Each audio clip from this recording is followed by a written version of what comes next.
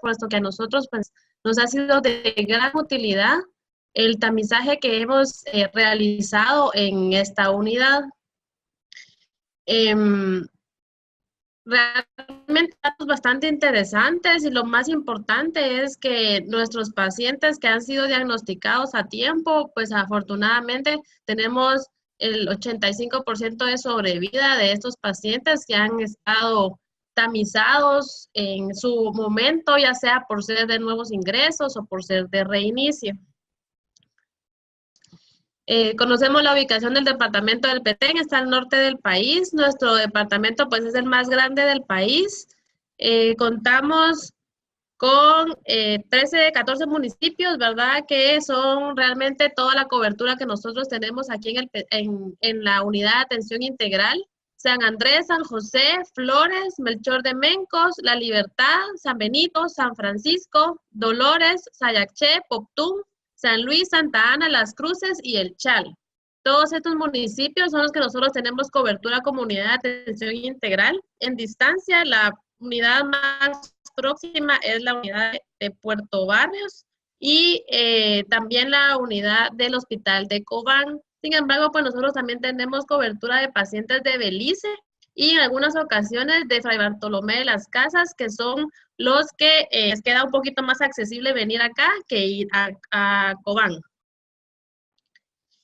Este es el movimiento de pacientes del año 2017 al mes de abril. Tenemos los datos al mes de mayo, pero pues lo más importante es que nosotros tenemos un total en la base de 576 pacientes al mes de abril y en mayo llegamos a 584 pacientes activos. 17 ha sido nuestra corte de niños ya desde el año pasado, porque por edad pues teníamos 22, pero ya se disminuyeron 4 pacientes que pasaron a ser de la base de adultos y actualmente pues contamos con 17, el de menor edad tiene 3 años y medio. De estos pacientes, la baja son 517 pacientes en total y 122 pacientes en abandono, que son los que nosotros le ponemos más prioridad, puesto que estos pacientes son los que pues, son infecciosos y no sabemos realmente cómo está su estado de salud. Importante pues mencionar la metodología que teníamos previo a este año aquí en el Hospital de San Benito. Nosotros teníamos mucha dificultad con el asunto de los envíos de las muestras. El problema que teníamos principalmente era económico, no contábamos con el recurso para hacer el envío. Entonces nosotros pues, realizábamos no realizamos mensajes, realmente realizábamos nada más muestras según sospecha clínica en pacientes regularmente solo los que estaban hospitalizados.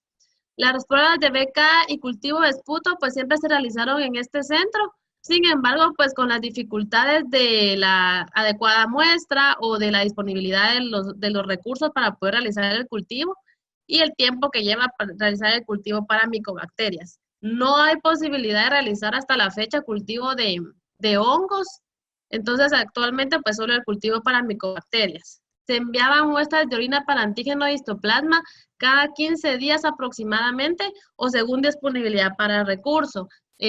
Realmente lo que hacíamos en algunas ocasiones era juntar varias muestras para poder enviarlas y eso pues hacía muy tardado el resultado y en algunas ocasiones cuando nosotros recibíamos el resultado pues ya el paciente había fallecido, lo cual y aparte pues sin diagnóstico, entonces no teníamos realmente una base de enfermedades oportunistas que pudieran haber causado la muerte de nuestros pacientes. No se disponía de otra prueba, como en el caso que tenemos actualmente, ¿verdad? Solamente antígeno para histoplasma y solamente ese diagnóstico se hacía.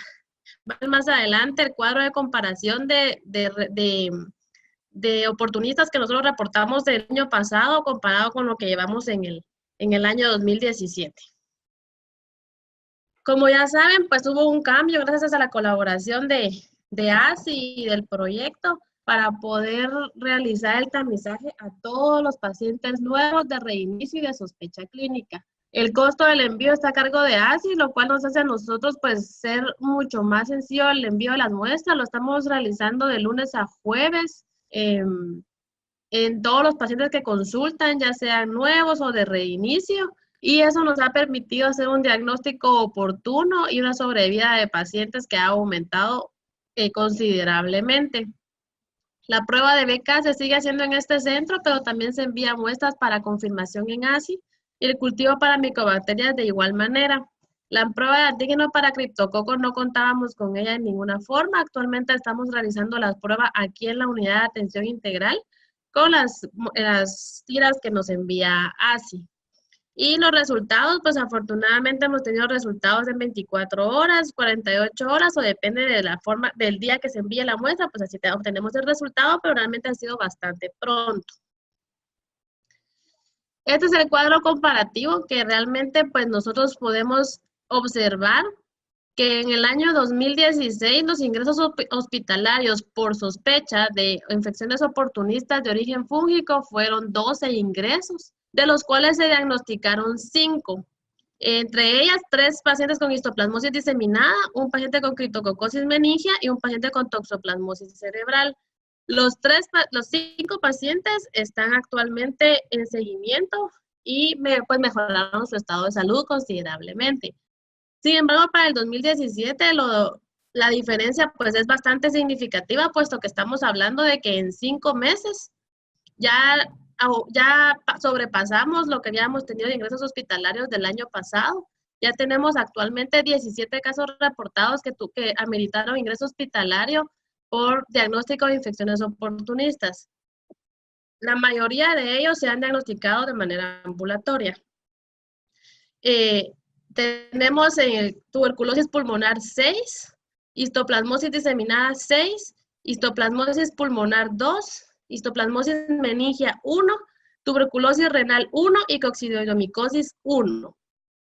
Importante mencionar, y más adelante lo vamos a ver, de los pacientes con tuberculosis pulmonar, tuvimos 2 pacientes que son multidrogoresistentes. Una de ellas desafortunadamente falleció antes de recibir los cultivos de resistencia, pero los demás pues ya actualmente están con cambio de tratamiento y con esquema para resistencias para los antifímicos. De ahí el paciente con tuberculosis renal también fue desafortunado que también falleció, pero esta paciente recibimos el resultado de tuberculosis, se pudo diagnosticar únicamente en el cultivo. Por eso fue que pues, lo recibimos de manera tardía, porque todas las pruebas previas habían salido negativas. Y el paciente con coccidioidomicosis es un caso especial. Se comentó también con el doctor Araton la posibilidad de publicar porque Epetec no es una zona endémica de coccidioidomicosis y el paciente no había viajado a ningún área endémica, por ejemplo, Zacapa, que es la más cercana, para que pudiera haber tomado la infección. Este paciente afortunadamente recibió su tratamiento y actualmente se encuentra bien y recibe un tratamiento de manera ambulatoria. Estas son las infecciones que se detectan en la consulta externa de la unidad de atención integral.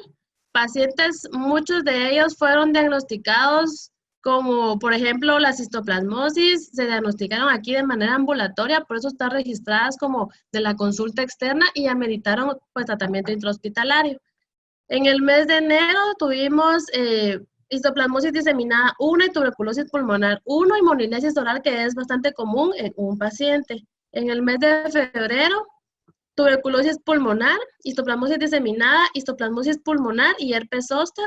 En el mes de marzo, histoplasmosis diseminada 3. En este mes fue donde más casos de histoplasmosis tuvimos, ¿verdad? Estos pacientes son de reinicio, la mayoría de ellos, y que pues ameritaban tratamiento intrahospitalario. Y en el mes de abril, una paciente con tuberculosis pulmonar, y en el mes de mayo, herpes zóster, tuberculosis pulmonar y moniliasis oral. Para el mes de enero, aquí pues me interesaba mucho poderles presentar realmente cómo ha sido nuestro movimiento de pruebas. Ustedes saben que no todos los pacientes nos dan el tamizaje completo, muchos de ellos solo nos dan la orina o solo nos dan el suero. El esputo es lo que más nos ha costado que den las muestras, principalmente cuando no están sintomáticos respiratorios y que sea una adecuada muestra.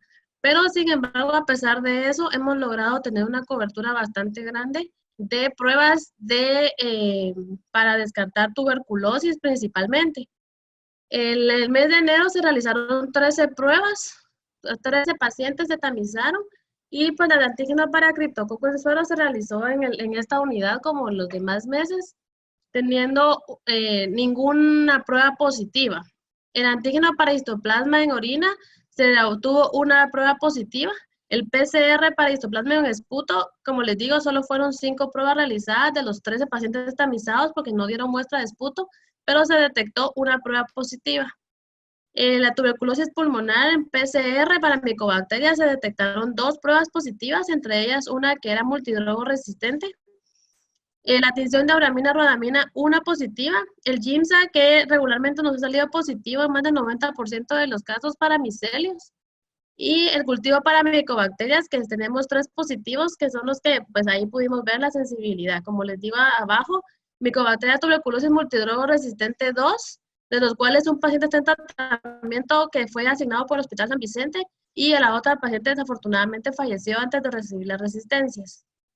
Y una que es sensible, que actualmente está en tratamiento, que fue una de los 3 cultivos.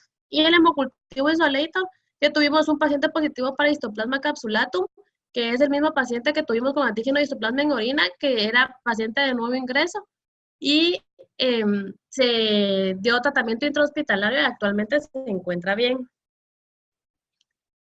En el mes de febrero se realizaron 22 pruebas, en general 22 pruebas de tamizaje, de las cuales ninguna fue positiva para antígeno para criptococo. El antígeno para histoplasma en orina 1 y para histoplasma en esputo, la PCR, una positiva. El tuberculosis pulmonar no tuvimos ninguna prueba positiva en PCR, pero sí en la tinción de auramina rodamina. Y en el GIMSA, como les digo, la mayoría nos han salido con 1 o 2 cruces de micelios o de levaduras. Y en el cultivo para hongos, que fue realmente donde se hizo el diagnóstico de coccidioides, tenemos a un paciente de 65 años que cumplió tratamiento intrahospitalario.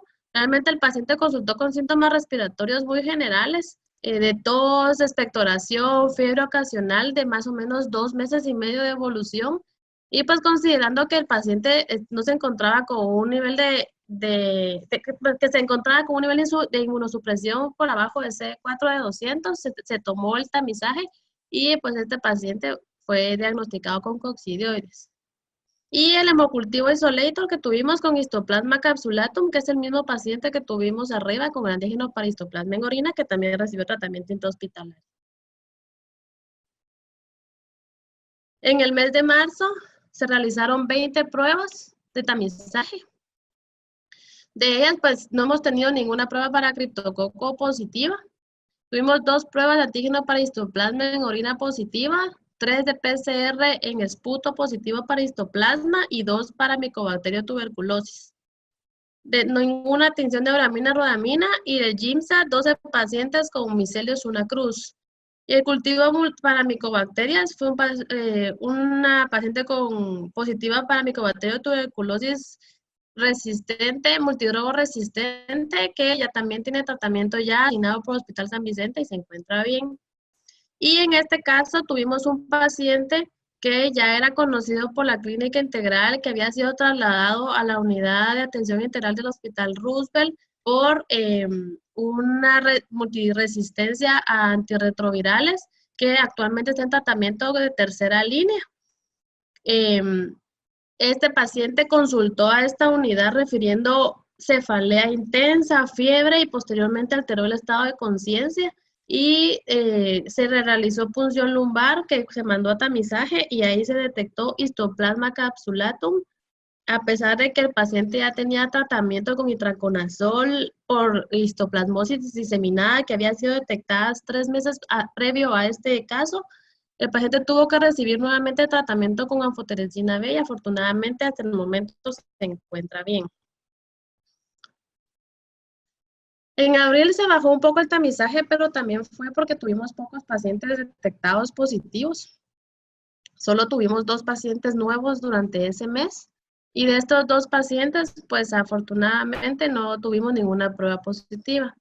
Tuvimos un paciente ya conocido por nosotros que tenía derrame pleural y se le realizaron las pruebas de tamizaje a líquido pleural y pues no tuvimos ningún resultado positivo para este paciente. Afortunadamente, pues el paciente se encuentra actualmente estable. Y en el mes de mayo realizamos 13 pruebas de antígeno para criptococo en suero, los cuales ninguna fue positiva. 2 pruebas para antígeno para histoplasma en orina positiva y una histoplasma en esputo positiva. Y el resto pues han salido negativos y los cultivos para micobacterias, hongos y hemocultivos todavía no hemos recibido el resultado. Esta pues ya es la última diapositiva. Me interesa mucho que ustedes se den cuenta que realmente en la totalidad del año 2017 hemos tenido 75 pacientes tamizados, entre ellos pacientes de nuevos, de reinicio y de sospecha clínica, que han sido la menor cantidad los de sospecha. Más que todo hemos tamizado en su mayor cantidad los pacientes nuevos y los de reinicio, que son los que más riesgo tienen de desarrollar estas infecciones. Y hemos encontrado 17 casos de pacientes infectados con lo que vemos aquí, ¿verdad? Histoplasmosis diseminada, tuberculosis y coccidiomicosis.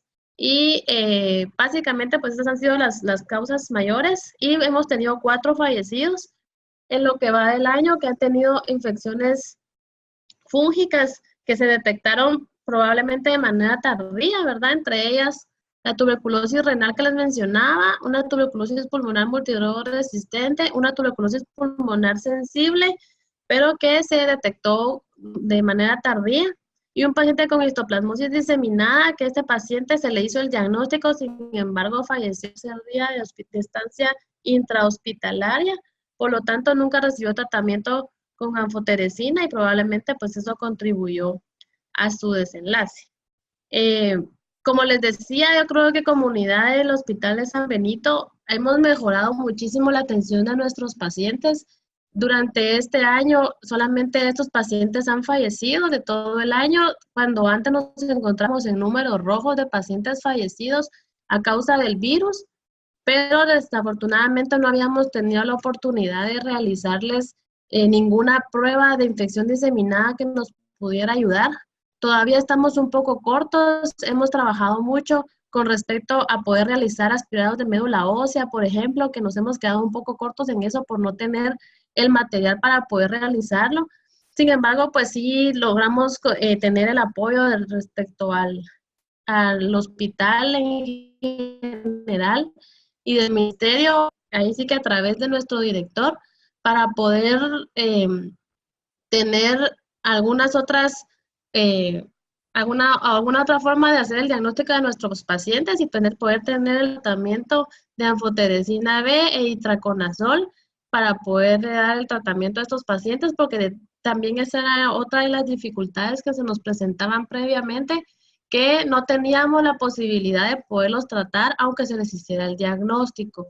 La anfoteresina B en este hospital ingresó en el año 2015 y pues actualmente este año tuvimos que duplicar casi la solicitud en el cuatrimestre actual por la demanda que tuvimos de pacientes con infecciones oportunistas y por lo tanto pues también de itraconazol y de fluconazol, pero pues afortunadamente hemos tenido el apoyo de la dirección ejecutiva de este hospital. Agradecemos muchísimo el apoyo de ASI y del proyecto, porque realmente eso ha hecho que nuestros pacientes estén mejor. Estos 17 pacientes que se diagnosticaron y se trataron probablemente a la fecha estuvieran fallecidos. Sin embargo, pues hemos logrado que estos pacientes estén en seguimiento, actualmente están adherentes y se encuentran bien de salud. No sé si hay algún comentario o alguna pregunta. De los pacientes la pregunta es si los pacientes que fallecieron fueron también diagnosticados ambulatoriamente y no tenían criterios de ingreso. Nuestros 4 pacientes que fallecieron, 3 de ellos estaban ingresados, estaban intrahospitalarios, como les mencionaba. Realmente se diagnosticaron de manera intrahospitalaria y en algunos de ellos recibimos el diagnóstico ya de manera tardía. El otro paciente sí tenía criterios de ingreso, era un paciente con tuberculosis pulmonar que se diagnosticó de manera ambulatoria, pero pues fue deteriorándose paulatinamente, un paciente de reinicio. Sin embargo, pues él rehusó el ingreso hospitalario y falleció en casa. pero realmente sí, 3 de ellos estaban hospitalizados. Buenos días a todos. Pueden también realizar sus preguntas usando el micrófono de su computadora, si está disponible. Está en la parte inferior de la pantalla, en la parte inferior izquierda.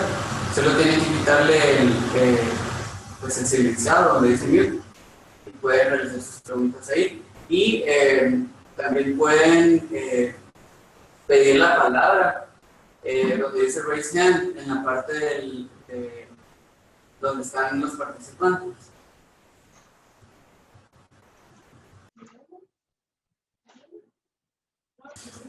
Perdón, alguien realizó la pregunta acá con respecto al diagnóstico del paciente con coccidiomicosis. ¿Podría considerarse esa la cercanía con México, que esta sea la razón por la que haya salido positivo? No sé si hay... también contamos con la presencia del doctor Ara, con quien también nos puede comentar si tuvieran alguna duda, y él va a también comentar acerca de pues, lo que él considera acerca de la coccidiomicosis, del caso de coccidiomicosis en Betén. Muchas gracias, buenos días a todos. Antes que nada, quiero felicitar a la doctora por su excelente presentación y el trabajo tan bueno que está haciendo en Betén. Francamente, estamos muy impresionados con la presentación que tuvo. Respecto a la coccidioidomicosis, la especie que debe ser no es Coccidioides sigmitis, sino que es Coccidioides posarasis, que es la especie que posiblemente tenemos en esta área no posiblemente, es la que tenemos en esta área del mundo. Y mitis solo se encuentra en un pequeño lugar en Arizona, en el Valle Central de California y en el estado de Washington, en los Estados Unidos. El resto de la América, hasta la Argentina, es posarasis. Respecto a por qué está este paciente aquí, no le preguntamos a la doctora si este paciente había salido de Petén cuando nos enteramos del diagnóstico, y lo que ella nos dijo es que no había salido de Petén. Para nosotros es un gran enigma que haya este tipo de organismos en Petén, puesto que consideramos que Petén es un lugar donde es un territorio húmedo, no es desértico como debería ser. En Guatemala la zona endémica de coccidioidomicosis en realidad está en Baja Verapaz, el Progreso. Si uno viaja desde Guatemala en carro a Petén, tiene que pasar por las zonas endémicas. Entonces, más o menos kilómetro 97, 100 de la carretera del Atlántico es donde está la zona más donde se han documentado que en la Tierra existe coccidioidomicosis. La cercanía con México no creo que sea la razón de por qué es que existe ese caso de coccidioidomicosis, porque los sitios aledaños al Petén en México, que es Mérida y Yucatán y toda la península esta, no tienen coccidioidomicosis. Las zonas más calientes, por decir así, donde más casos de coccidioidomicosis hay en México son en el norte, que colindan con la frontera con los Estados Unidos. Sin embargo, sí hay casos documentados en algunos sitios en la parte central de México y sobre la costa pacífica también. Entonces, no sabemos exactamente por qué fue que este paciente realmente resultó en Petén. Este es un primer hallazgo que tenemos de nosotros, primeros hallazgos de varias cosas que poco a poco se van a ir enterando, pero este es el primer hallazgo que tenemos de una coccidioidomicosis fuera del hábitat que nosotros consideramos que era el adecuado, tal como lo había descrito el doctor Eduardo Pérez Vizasola en su trabajo original y el doctor Rubén Mayorga también en su trabajo original. Muchas gracias al doctor Ayrton. La doctora Vilma Reyes también pregunta si esto quisiera decir que el microorganismo puede estar adaptándose a otro medio distinto al que ya conocimos. Pues no sé si se está adaptando a otro medio. En medicina las cosas nunca suman 2 más 2 nunca suman 4. Entonces es posible que haya zonas en Petén que que sí puedan albergar el crecimiento del organismo. Sin embargo, también es posible que, habiendo viajado por la carretera en una camioneta, no sé si este paciente trabajaba en mecánica o algo así, que se hubiera contaminado un vehículo por tierra de la zona del Progreso, etcétera, etcétera, llegar a Petén, que se hubiera contaminado. Existen casos en el estado de Washington y en Oregon, en los Estados Unidos, de mecánicos que cambian escapes de carros que han pasado por el Valle de San Joaquín y se han contaminado con coccidioides. También existen casos de fruta que está llena de tierra que está contaminada con coccidioides. La zona endémica de Guatemala, lo que crecen son melones, que son melones pequeños, son verdes por dentro. Y estos melones están sobre la tierra todo el tiempo. Es posible que una fruta o algo que hubieran llevado de la zona endémica haya contaminado a esta persona en una época de su vida. Eso entendía la doctora cuando estaba presentándolo. El paciente tenía 65 años y esas es las dudas que tenemos todavía. Sin embargo, vamos a tener que seguir documentando más casos para ver si se repiten o este es un caso aislado. Muchas gracias al doctor por la intervención. Tenemos unos minutos más para preguntas o comentarios y son bienvenidos. Fíjese que realmente casos de criptococosis aquí en Petén, por lo menos en el tiempo que yo tengo de estar acá, no se habían presentado de manera frecuente. De hecho, el año pasado solo se sospechó y se presentó en un paciente, que era lo que platicábamos cuando vinieron aquí a empezar lo del tamizaje. Solo un paciente con criptococosis hemos tenido documentados en el 2016 y en el 2015 también solo un paciente. Entonces, realmente yo creo que no, sí podría ser un poco extraño porque nosotros pues tenemos bastantes áreas donde podría presentarse el criptococo, pero realmente no es una patología que se ha presentado en varios años ya acá en Petén. No es frecuente ver criptococosis. El único paciente que yo conocí el año pasado fue meningitis, ¿verdad? Por criptococo, era un paciente inadherente que ha tenido otras patologías oportunistas, ¿verdad? Pero no es frecuente ver criptococo. De hecho, en varios años no hemos tenido casos de criptococosis. Gracias, doctora, por la información. Estamos abiertos a más preguntas y si las tuviera. Envío de muestras a nosotros nos cuesta aproximadamente de 50 a 75 quetzales por cada hielera, la cual tenía que ir y volver, lo que eran 150 por cada envío, y eso era lo que no nos daban el recurso para poder enviar las muestras. Esta considero yo que fue la mayor limitante, porque pues nosotros sí teníamos la sospecha, pero no nos teníamos la oportunidad de enviarlas. Con respecto al laboratorio de acá del hospital, no tenemos posibilidad de hacer mayores pruebas de infecciones oportunistas, excepto tuberculosis. Entonces, realmente eso creo que fue lo que perjudicó que no hubieran diagnósticos previo a este año que hemos tenido el apoyo económico para el envío. Gracias, doctora, por la respuesta. Teníamos una pregunta acá de la doctora Vilma Reyes. Preguntaba si el paciente que tuvo histoplasmosis meningia había tenido antes anfotericina, si había sido tratado con anfotericina.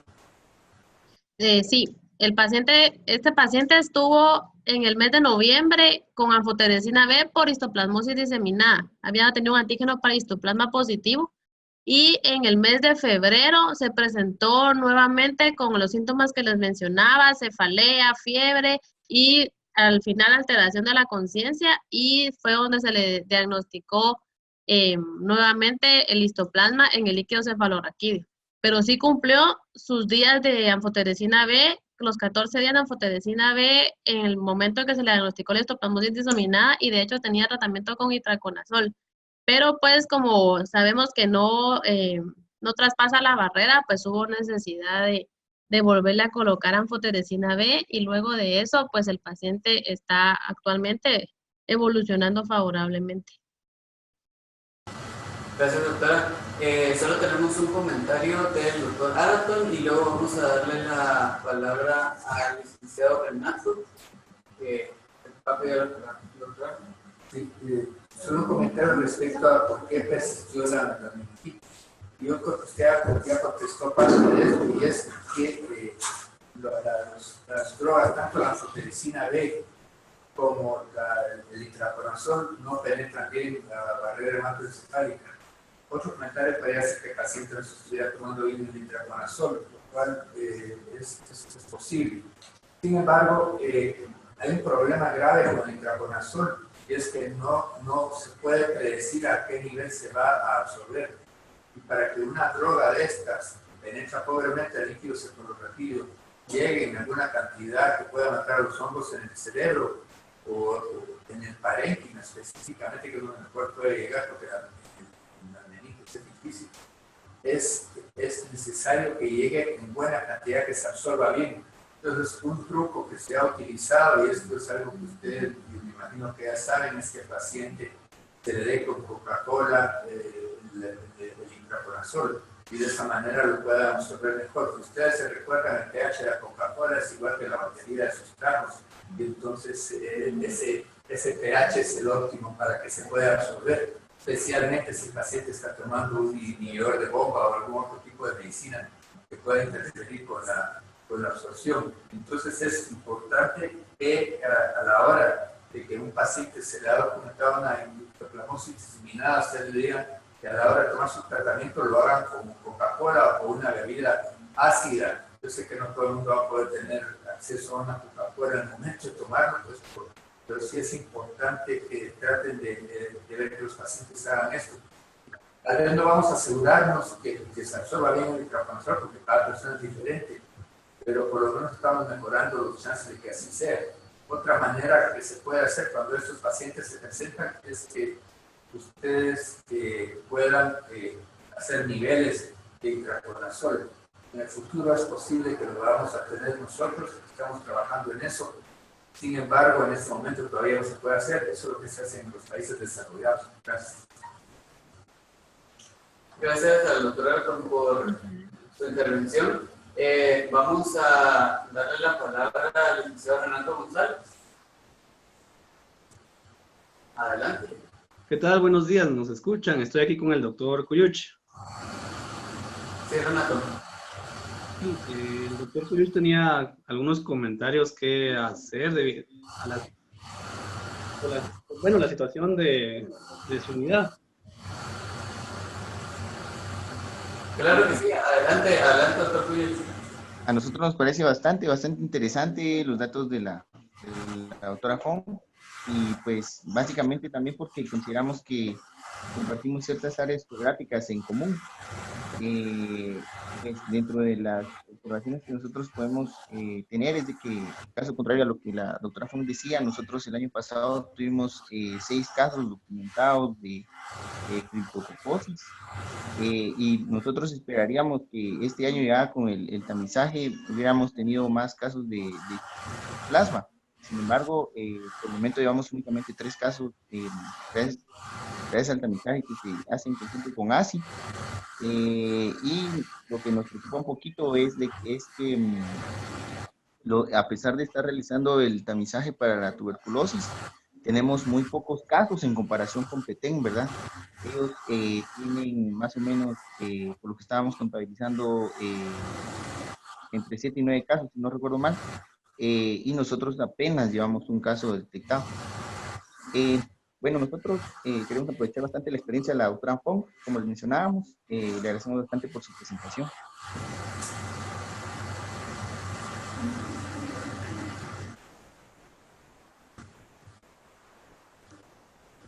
Muchas gracias por la intervención. Tenemos una pregunta acá.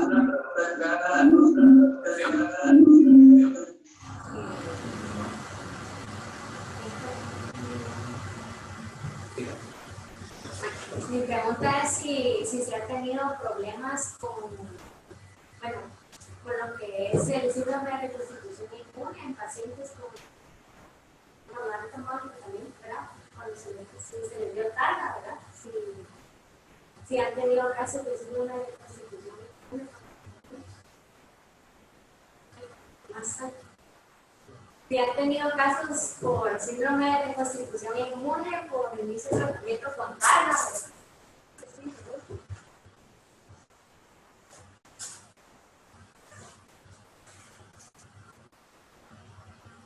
Dejamos pues, la palabra a quien pues, tenga algún comentario.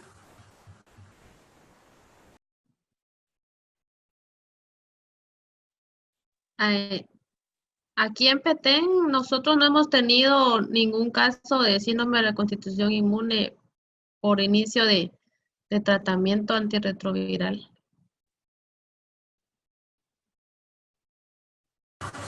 Gracias, doctor. No sé si el doctor Kuyich tendrá algún caso que ha documentado. Pues sí, nosotros sí hemos tenido casos de síndrome de reconstitución inmune. De hecho, el año pasado, de los 6 casos que les mencionaba yo de criptococosis, uno presentó síndrome de reconstitución autoinmune y pues lastimosamente falleció.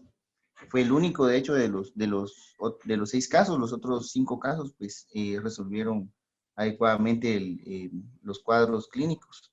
Este año pues todavía no hemos presentado ningún caso de reconstitución inmune. Gracias, doctor Kuyich. No sé si alguien más puede compartir su experiencia.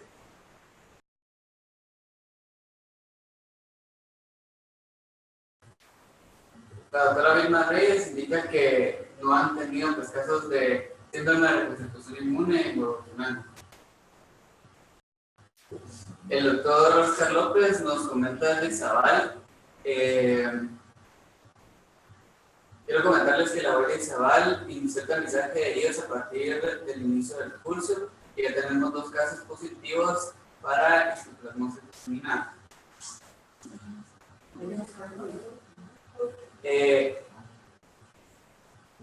Doctor López, ¿podría comentarnos acerca de los casos que ha tenido? El micrófono ya está habilitado. El doctor López menciona que es un caso con un diagnóstico de VIH y un caso por abandono de antirretrovirales por más de un año con pancitopenia.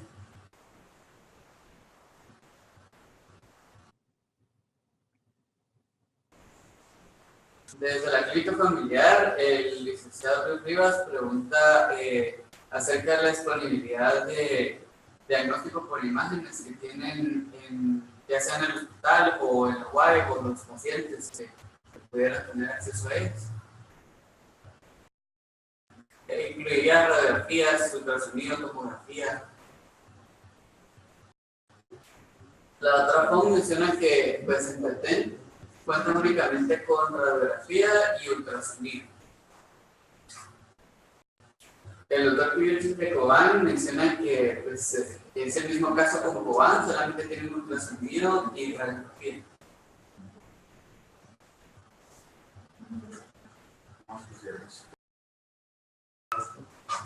Perdón, en clínica familiar tenemos otra pregunta con respecto al diagnóstico de toxoplasmosis.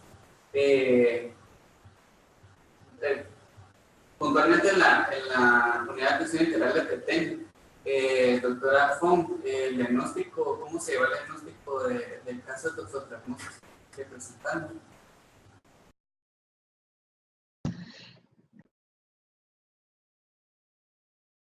Contamos únicamente con radiografía y ultrasonido. Sin embargo, pues en el Petén, o sea, aquí en el área central en San Benito, sí tenemos 2 unidades que realizan tomografía de manera particular.